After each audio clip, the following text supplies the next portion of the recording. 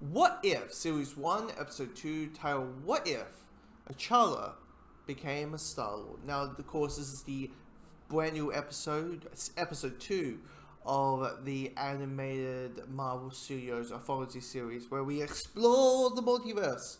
We go to the Mantic Stoolverse, also known as the Watcher, who will guide us through these ultimate realities that he shall not, will not allow to be interfered.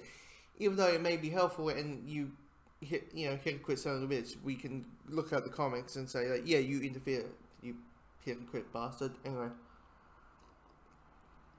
Anyway, but this episode is better than episode 1 because one of the complaints and the common complaint across a lot of people, including myself, was it was fine last week, but it felt like we were just watching First Avenger, but it's that Steve watches his Peggy Carter, being Cap.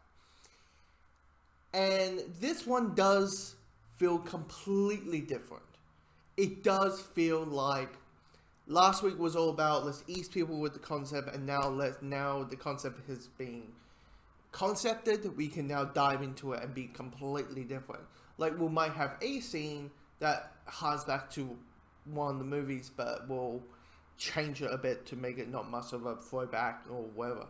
And that is the scene where you have it's the beginning of Guardians. It's the who are you? Star-Lord. Who? They play that scene a little bit differently.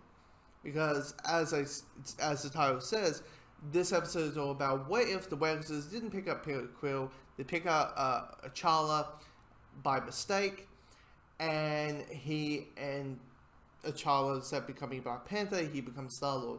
And what you get is just a different sense of characters.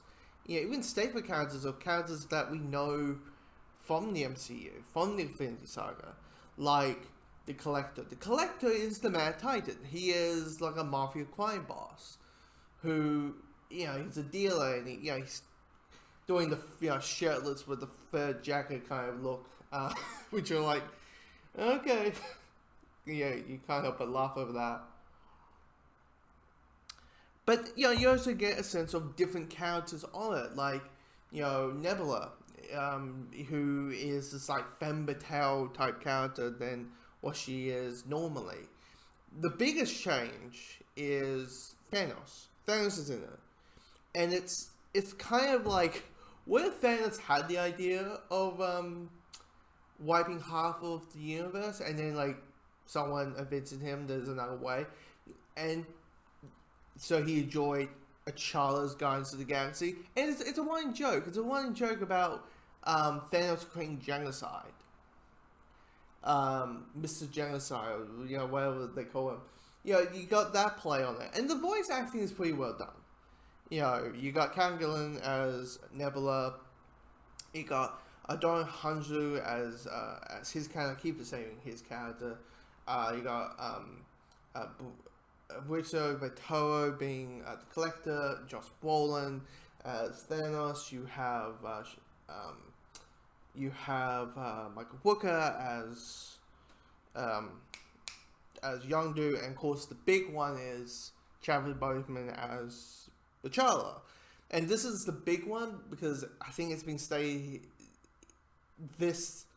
he did 4 episodes of What If, but this is like the big final him being the leading role performance, and he does it pretty well. He's pretty well with the humor. He's pretty well with the whole Star-Lord energy towards it. Be Star-Lord, but you're not actually Star-Lord. And there's a sense of drama in this episode that really works in that situation that I quite like. I mean, here's the thing: like the humor, because it's Guardians, they do try to do that type of humor, and sometimes it doesn't land. There's a couple giggles, a couple of laughs, but the heart of it, of the episodes, it's really there, really strong in there. The animation is always top notch. Howard the Duck is in it, yes, but as a brief cameo, don't expect it to be a big thing. And I couldn't help but laugh at the end, like the very end, before credits roll in, because it harks back to like what most of these the What If comics always end with the end of the universe itself. It's like, really? Everybody sings Kumbaya and that equals the end of the universe? Really? It's like, yeah, yes it does.